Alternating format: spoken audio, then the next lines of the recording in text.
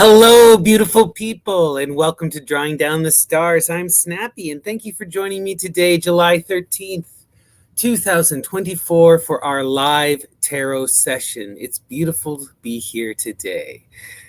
Checking the chat here. Good to see you, Gandhi. Much shout out to you, and shout out to everyone else who's on their way and making their way down. I know we're a little bit earlier than our normal scheduled stream. Originally, we were starting earlier because Graham and I were going to be doing a long discussion tonight on the Hymn to King Helios by Emperor Julian, but that got postponed. Graham isn't feeling 100%, and we felt it would be best to come back next week to talk about that. So I didn't want to change up things too much, so I might go a little bit longer tonight. We'll see how we feel here with this with this tarot session and how everyone is doing. So let's start off by talking a little bit about our current astrology. So right now we still have that sun in Cancer, right? Beautiful sun in Cancer. We've been dealing with this for a while now. That energy of connecting deeply to the family, being in flow, going to what matters, what is super important, right? This is a time when we can really be pragmatic in this regard, focus on our loved ones, focus on that core foundational energy that we wish to connect to. And we also, for the moon, it's in Libra.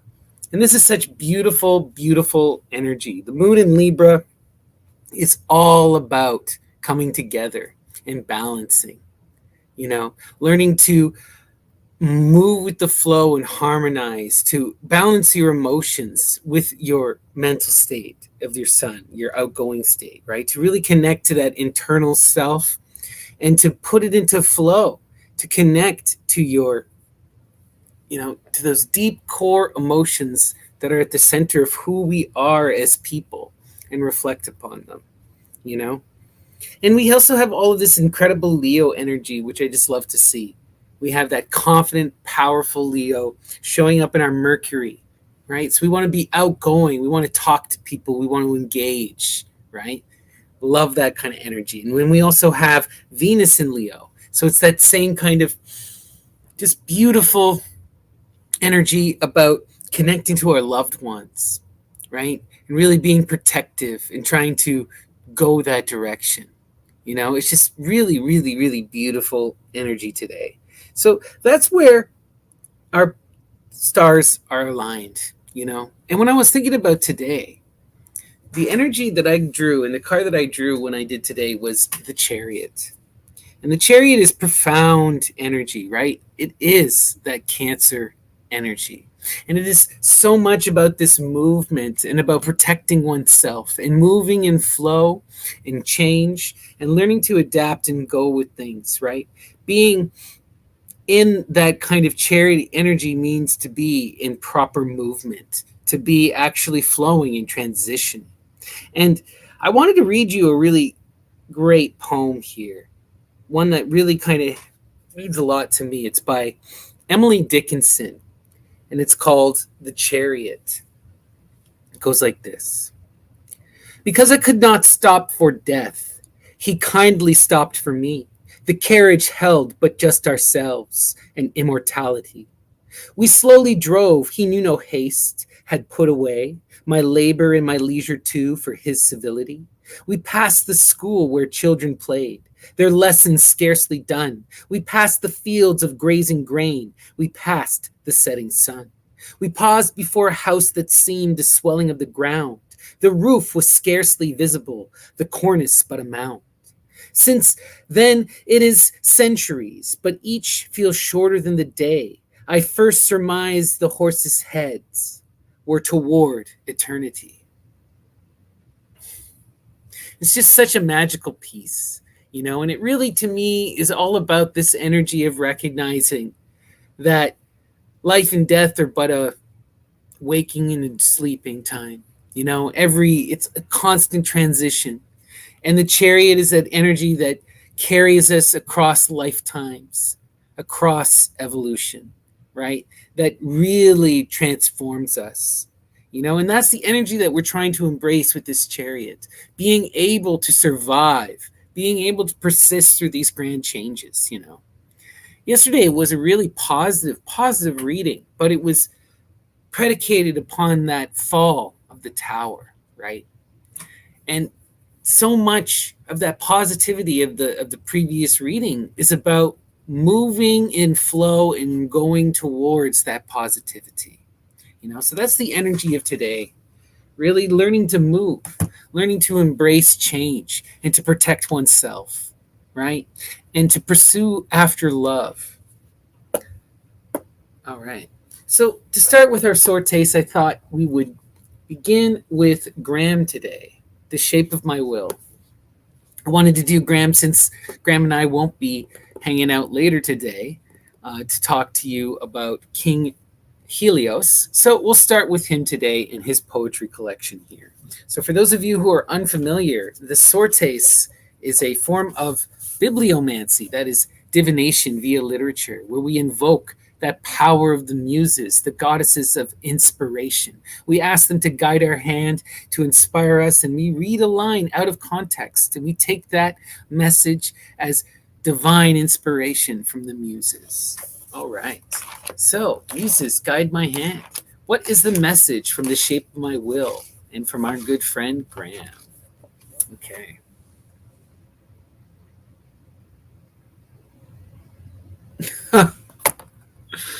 There is a reason that I am confined to this husk of dullness, surrounded by phantoms. Wow. There is a reason that I am confined to this husk of dullness, surrounded by phantoms. And why is that? Are we not moving in flow? Are we not moving to a place like what happens? When do we see things decay and disappear and turn into nothing? Right? When we are not moving forward, when we are not embracing transformation in the new, when we are resisting these things, right? You know, death is that state of nothing, but you have to learn to move beyond it, to move in flow, right? Let's continue.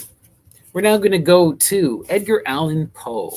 This is an amazing collection of his works. Tales of Edgar Allan Poe. All right. And Edgar Allan Poe is definitely a dragon. I highly recommend everyone read him. My favorite by him is probably Ligeia. That siren yell, that muse. Such beautiful, beautiful and scary literature. All right. What is the message, muses, from Edgar Allan Poe? Okay. The result, of course, did but prove how entirely the prey was in my toils. In less than an hour, he had quadrupled his debt.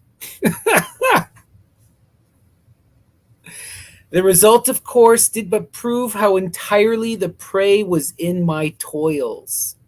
In less than an hour, he had quadrupled his debt. Oof. Doesn't this sound like people who are bound within those cycles of greed and consumption? You know? Viewing another human as a prey in your toils, viewing debt as something to be taken from someone.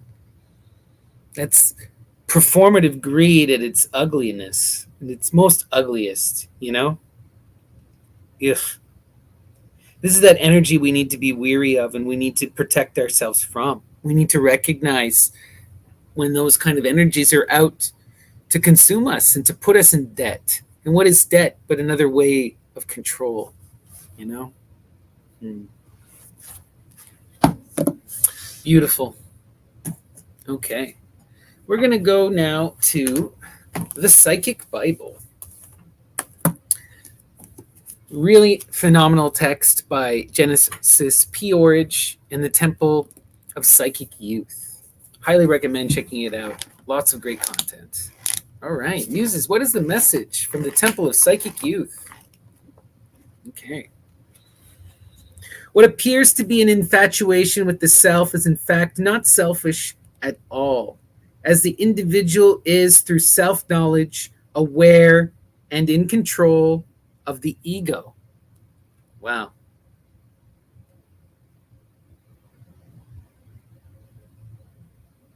I also want to read the top line to this because it's just beautiful. You ought to learn more about yourself. Think more than just I. What appears to be an infatuation with the self is in fact not selfish at all, as the individual is, through self knowledge, aware and in control of the ego. How do you overcome the self? Through self knowledge. How do you control? Through experiencing and through witnessing, right? This is so important to that pagan tradition.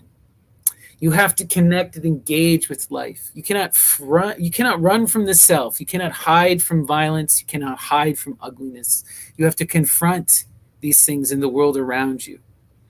You have to see them and be transformed, recognize them as manifestations of the self, as something that you can take responsibility for. Right? It's when you reduce these emotions to boogeymens and demons that are relegated to the dark caverns and recesses of the mind that they lash out and haunt us.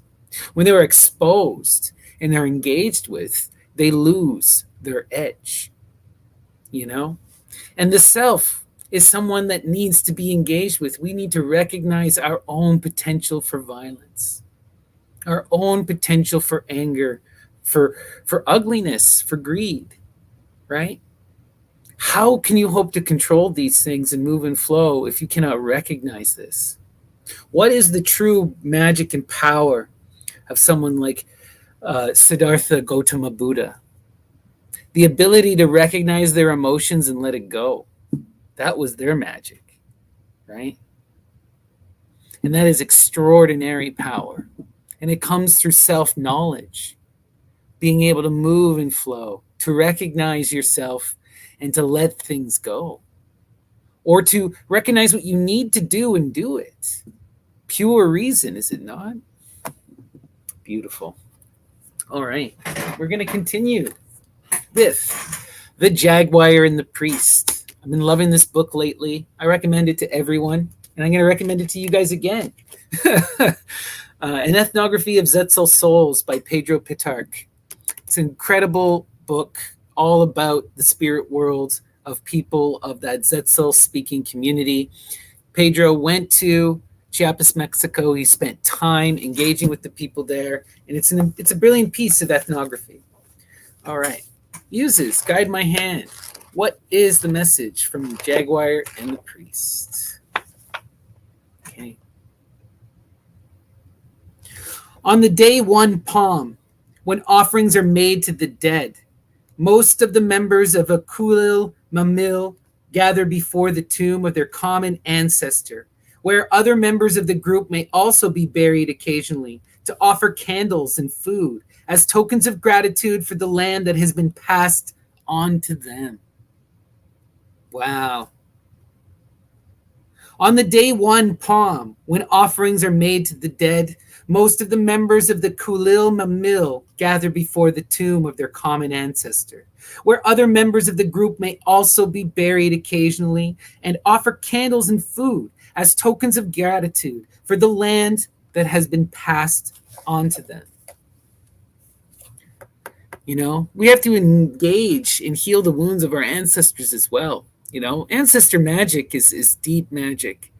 And it's something that's present in almost all cultures, but it's something that is especially difficult because it means reconciling the nature of the ancestor, right? And not all ancestors are beautiful. Or they are, but maybe it didn't end beautifully, you know? But there is a transformation that happens when people move into that ancestor realm and they become ancestral spirits. You know, we engage with them and we recognize the connection that we owe our lives in a sense to them, you know, and it's important to understand that we are a chain, right? We are a chain of beings that exists across time, a lineage that's ever unfolding, right? This is such beautiful stuff to be engaged with. And when you engage with this, you can be protected and you can heal those relationships. And often we're unable to heal those relationships in our lifetime, you know, or maybe our parents couldn't, or others couldn't, you know. And it's such powerful stuff too. The ancestors are the closest to us in many ways. They're the people who are our blood. Wow. And how do you speak to them? How do you engage with them? It's very easy. You just offer candles and food as tokens of gratitude, and you thank them. And you thank them for allowing you to exist. That's it, right? You don't owe them anything else. Interesting. Something to think on. Okay. We're now going to go to the Parvati Darpana. This is a beautiful text. It's an exposition on Kashmiri Shaivism, specifically looking at this idea of the mirror of Parvati, right? This was actually written by a professor of mine, Harsha Videhasia, brilliant doctor. This book changed my life. His teachings changed my life, no doubt in my mind. And the whole idea of the Parvati Darpana is this idea that through the perception of matter and through the reception of the other, the perception of beauty, you can see yourself reflected in the material world and be transformed and grow. Through that loving embrace, see and know yourself, right? In the matter in the world around you. Wow. So let's ask the muses, what's the message from the Parvati Darpana? Okay, here we go.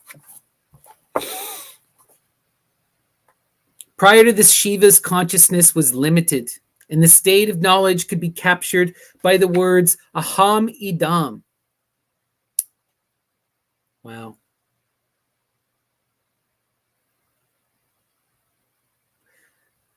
This is getting into some really deep Kashmiri Shaivite epistemology here. But the idea is that before Shiva can perceive the other, he needs to.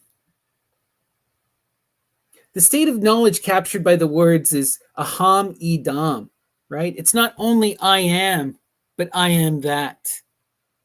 This is the beauty within the Kashmir Shaivite epistemology. They move beyond the one and reaffirm the matter as well. So not only is the universe one, but it is also many. And it is an unfolding continuum that needs to be embraced. Wow. Let us continue. Okay.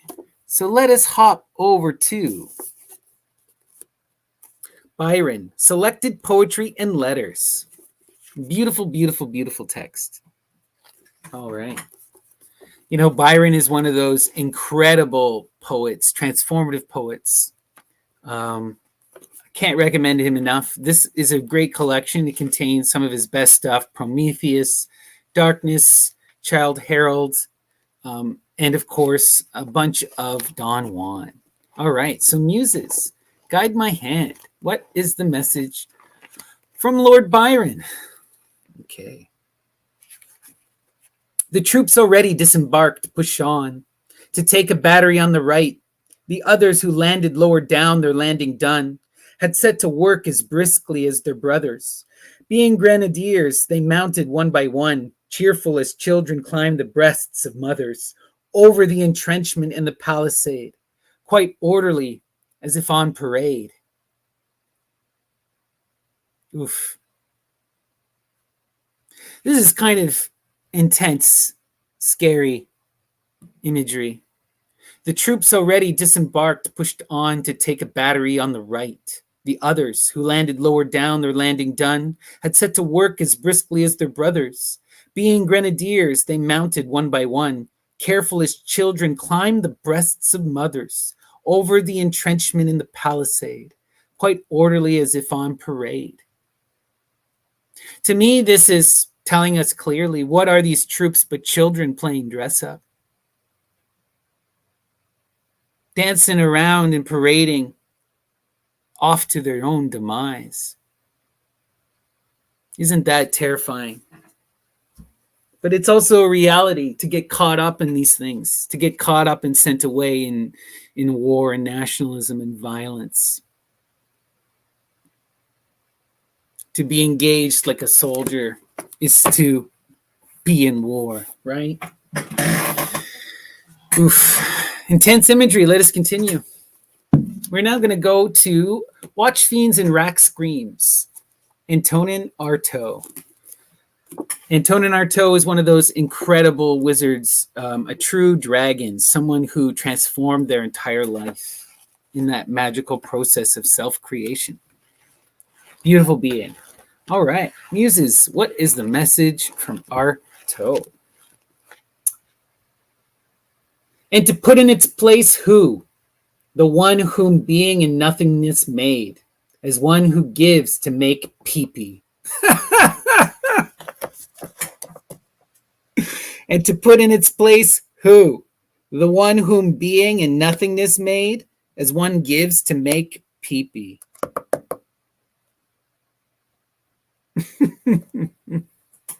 Oh my gosh. You know? And to put in its place who?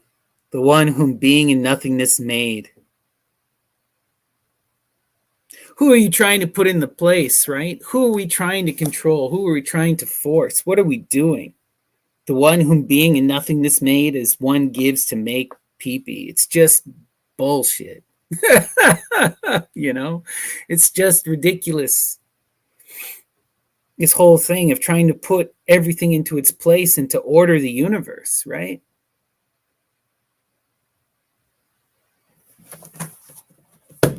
Interesting. Let's continue.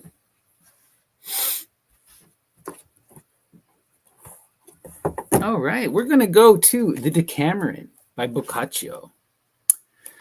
Muses, guide my hand. What is the message from Boccaccio? All right.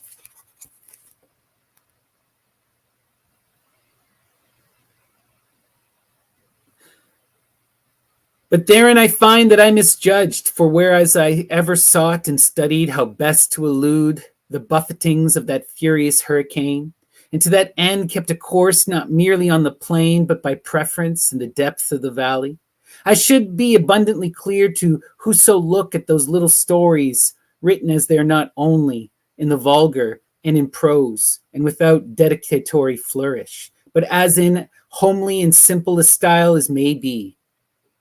Wow.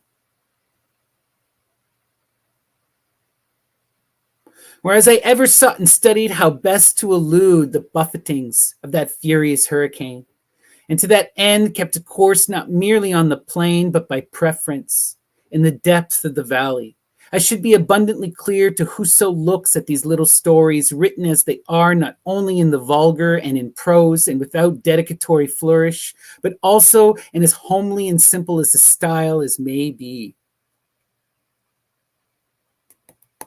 Wow. Sometimes we hide behind flurries of language and we obscure meaning, you know, and we're not clear about who we truly are and how we feel and how to engage with the world, right? And there is a beauty in the simplicity. There's a beauty in the language of the common, and a return to those kind of base metaphors and base understandings. If people can't understand you, are you being clear? Something to consider, right? And it's interesting how they're speaking in this very flowery dialect as they're reminding us they're speaking in the vulgar.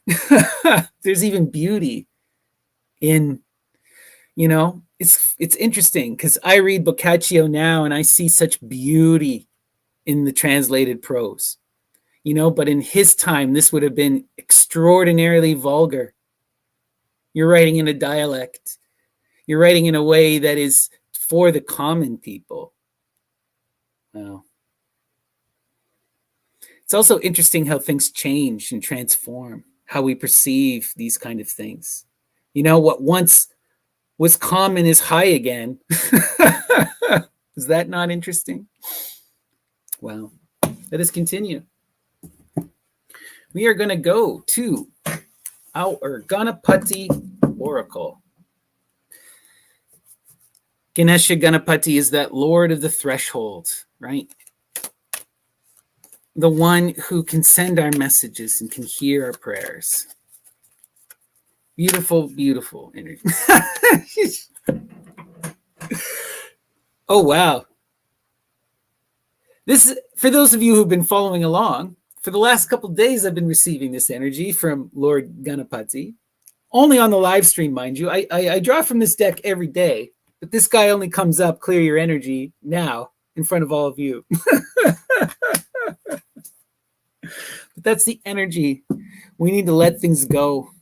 Let go of our anger. Let go of, these ties to negativity. You need to ground yourself in what's important. Especially if we intend to move and flow, right? We have this energy today of that chariot where we want to transform our surroundings, move towards and embrace love. In order to do that, you have to cleanse yourself. You have to let go of the past and embrace the present and project into the future, right? Okay. I think we're going to do at least one more sortes. This is an interesting book, Hoodoo Pilot by Kyle Feit. Incredible artist, wacko weirdo occultism. For fans of Michael Berdio, he's a student of Michael Berdio. This helped me I got this book in order to understand and to try and dig into Michael Berdio, and this really did help me do that. So kudos to Kyle. All right. Muses, guide my hand. What is the message? Okay. To begin, we must ask, what precisely is magical or occult art? Simple depiction of something we might regard as magical does not seem to warrant such a definition. This would be better understood as illustration, whose subject happens to be something we can regard as arcane, be it an archaic symbol culled from an old tome or figures shown engaging in ritualistic operation. These sorts of pictures adorn the covers of many books and on magic and are often examples of generic illustration or graphic design. It requires neither understanding nor active play of any occult energy to generate such images.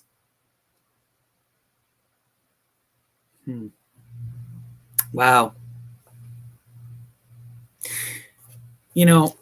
What he's trying to get at and what is essential to this practice that he's a part of, voodoo gnosis, is this idea of engaging with living images, eidolon, right? Creating a living piece of art, something that transcends the self and that's representative of that other, right? These aren't just symbols. These are living ideas that will persist across time and space, right? Interesting. Okay, for our last sortes today, I think I'm going to do Chapman's Homer, which contains the Iliad and the Odyssey, and then we're going to do today's tarot. Okay. Muses, guide my hand. What is the message from the Odyssey?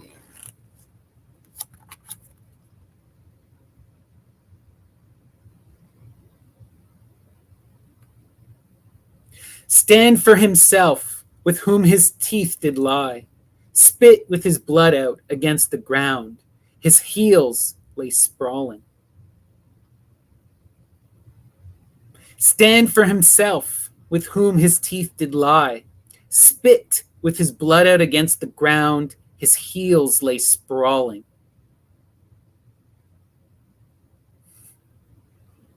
Wow.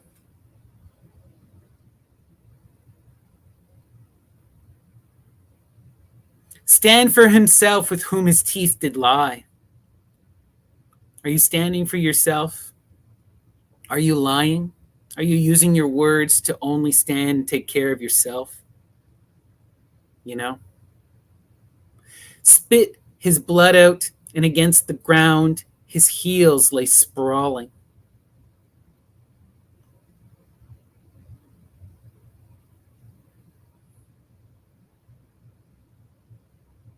Wow. I think the message here is that you have to be careful for being truly just of the self. You have to be careful of your words because these things, there are consequences. Oof. All right. Intense. We are now going to do our tarot reading proper. Before I get into the tarot reading, I would love to just ask you all to please give me a like. The likes really do boost everything in the algorithm and make a huge difference. It's a good blessing and good karma. So please send me a little like. And now we're going to do the, oh, well, we have our center card popping right out at me there. So we're going to invoke the energy of Kronos, and we're going to perform the Saturn square. We're going to dissect our life, cut it up and put it on the plate and see where the connections go. The center card is always the most important, and this is what jumped out at me, almost attacked me. Love. 2 of Cups. Love. Right? Just beautiful, reciprocal, engaging energy. Such powerful, beautiful energy to have as the center of our square. Right? This is the defining energy, the thing that's tying everything together. Where's this going? Oof.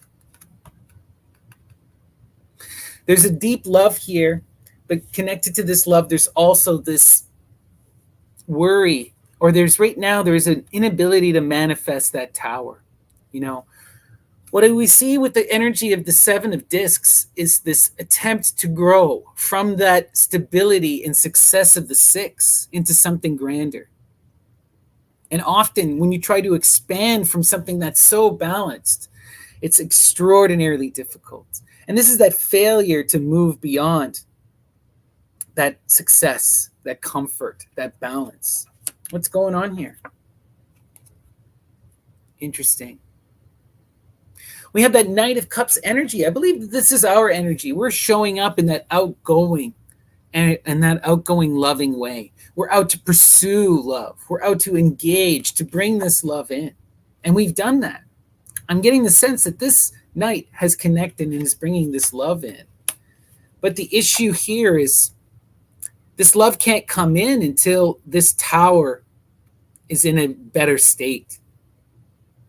You know, there's something that's preventing this connection. Let's continue. Oh, this is intense energy. Connected to this love is a deep sense of cruelty. You know, cruelty, the 9, that's extreme overthinking. The 9 is the most powerful of all of the numbers within the Pythagorean number system, you know. And when we get this profound energy of the 9 of Swords, this is really about trying to confront. We really need to face this self-cruelty. We need to recognize that we are holding ourselves back through overthinking, that we are preventing things. And what I'm getting here with this sense with the 9 and the love here is that the inability to fully engage with this love in the way that we wish is causing a lot of pain, you know? So the love is here, but it's not here, you know? Let's see where this is going.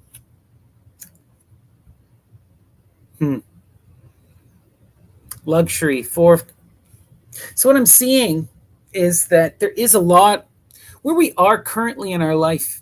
We have a lot of love. We have a lot of support. We have a lot of comfort. The 4 of Cups is incredible luxury. It's that stability of the 4. It's reciprocal love and flow, right? The problem with the 4 is that it can lead to stagnation. It doesn't want to expand, right? It wants to exist in this lackadaisical laziness. It wants to be in this deep performative luxury, you know? So this is that security. You have this loving support, this emotional luxury around you, right? But this kind of energy, on one hand, we're resentful of it. And on the other hand, it's here supporting us. And it's deeply connected to this love too. The sense that I'm getting here is that maybe part of the reason why we're not moving is because we're balanced here. Let's see where this is going. Interesting. We just have such overwhelming loving energy, right, coming in. So much people, so much abundance, so much overwhelming support and love. You know what I'm getting is that almost that there's a feeling that this is not earned. You know, that this, like, you have this incredible support in your life, undying love, right? That love that never gives out, that's always there, you know, it's always present.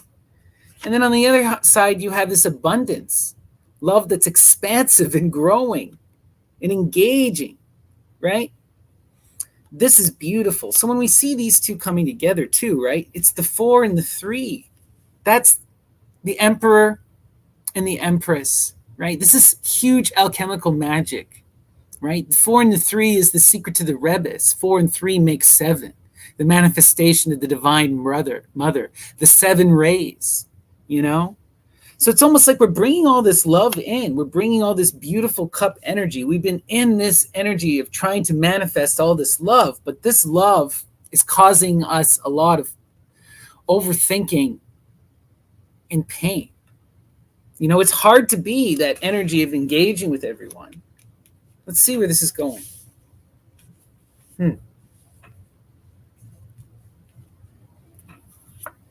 Okay. Oof.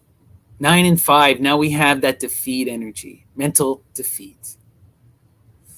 We saw this the other day as well, right? This is intense energy. This is another energy of moving from that solid foundation of the 4 into something grander. This is again that trying to move from that truce, that balanced point, right, to expand our perception. But what we do is it leads to defeat. You broke truce, you lashed out, and you caused everything to collapse in upon itself. You know, but this is a mental defeat.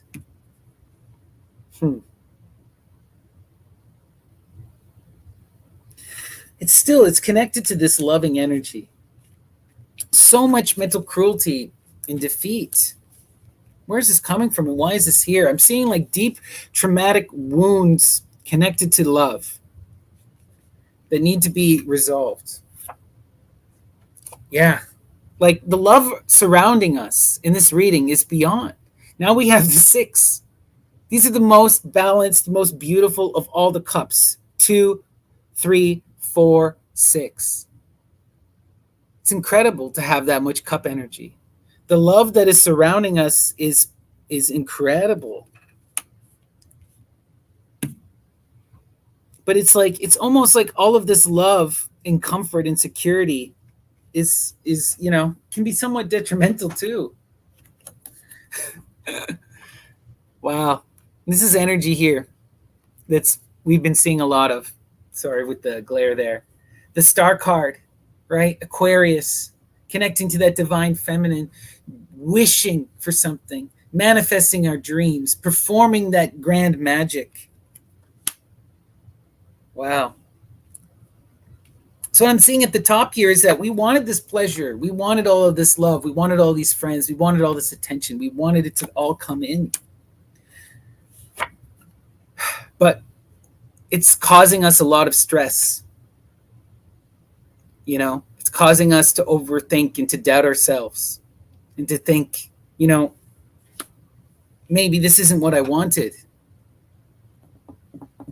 Let's continue. We're now gonna flip and see our full square so we can get a full view of everything. But before I do that, please, if you can, give me a like and a subscribe. It really does make a big difference. The likes really do boost everything in the algorithm, and it's a good blessing and good karma. So please send me a blessing. And if you are interested in a private reading, you can reach me at snappyddts@gmail.com. You can find my email in the description, or you can reach me over on the Myth and Lore Discord. I am Snappy or Lady Snappy. All right, let's take a look at our full square reading here. Okay. So this is all of our energy on display. We're going to start over here as always. Why are we having this failure to materialize? Why are we not growing? In some ways, It's because we have everything we've ever wanted. Like, look at this. You have this overwhelming love. Overwhelming love. This is luxurious love, right? These are those relationships that are unending. This is like your mother, right? That energy of doesn't matter what you do, that cup is always going to pour out love. And then at the top here, we have the 6. This is communal energy coming together in free flowing love and pleasure with others in reciprocal harmony, right? Where all of these cups are sharing and giving and receiving in equal measure. Why are we having so much trouble moving beyond the 6? Because we are in this state of just overwhelming love. We may not have the material that we want, but we certainly have the connections, the emotional support. Wow. Yeah. And what I'm seeing here, right, is that this energy, while it is beautiful, it is preventing action, right? It is leading to failure. We are not worried about this as much as we need to be because we have all of this other stuff providing us with what we need. So we are accepting less than we should. In this energy of the failure, we have to be careful because it can compound, right? It can erode what we have built.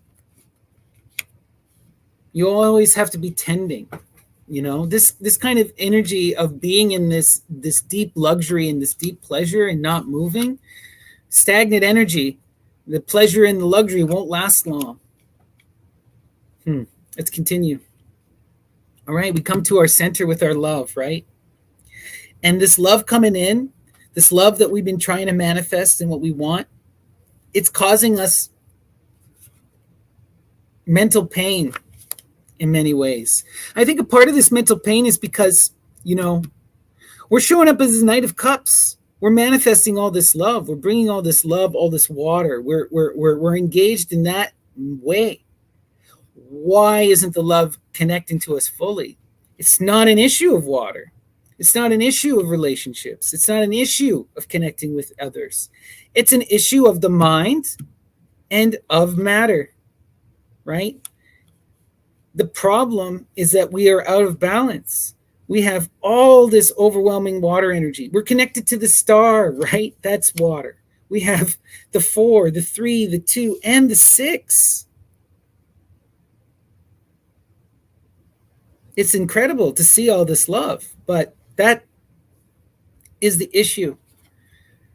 Then the Knight of Cups needs to branch out and stop investing so much into relationships.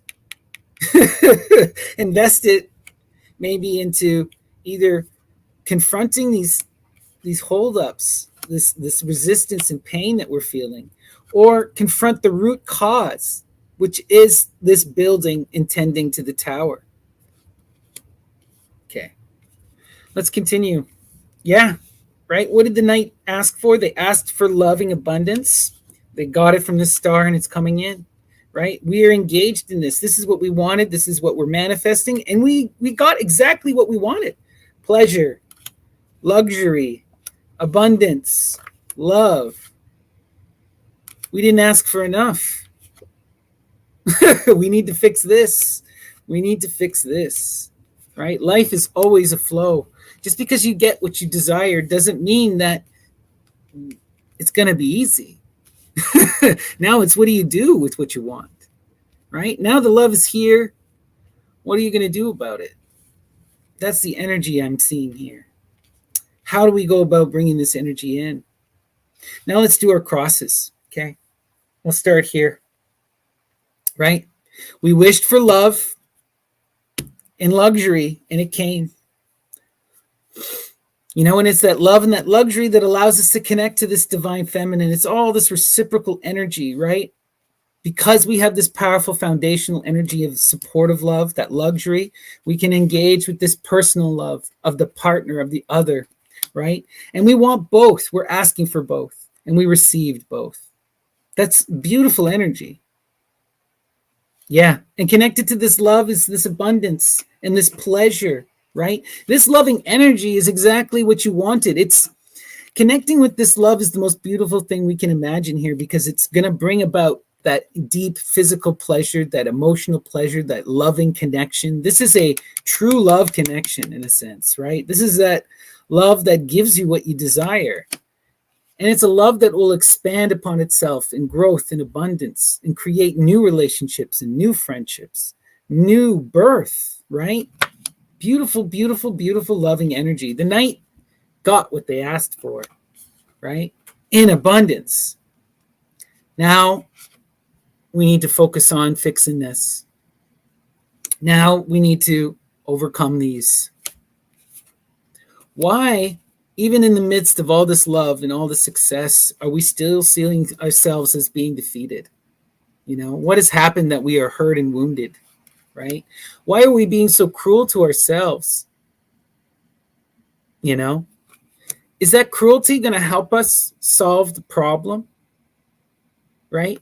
And we need to recognize what this problem is, right? The 7 is still a beautiful, powerful number. It's growing beyond the 6. The 6 is incredible success, right? You don't just get to the 7. We've been doing all this incredible work. The problem is that we are holding ourselves back. We're being exceptionally cruel. And we are too fixated on that love and emotional growth energy. That was beautiful, right? We did it. We connected. We drew down Venus. We brought the love in. We brought the pleasure in. Okay, now how do we get that love to us? How do we bring it about in the way where it's a true connection? Because what we see is we don't see the partner, right? We see the love. We see the night. Where's their partner in this energy? Not present, not here in the physical. All right. That's the reading, everyone. The message is to try and balance yourselves. To also, you know, you have all this love, all this deep connection. Get some help from these people. Look and ask yourself why there's so much pain and cruelty with all the success and love here. And ask yourself, how can you do the true hard work that's necessary to expand? This requires discipline and understanding and a different kind of energy than that loving cup connection, right? Building energy is not the same as the Knight is a great communicator. The Knight of Cups can communicate. They can move and flow. They can share their emotions. They can be that emotional provider. They can give and receive, you know?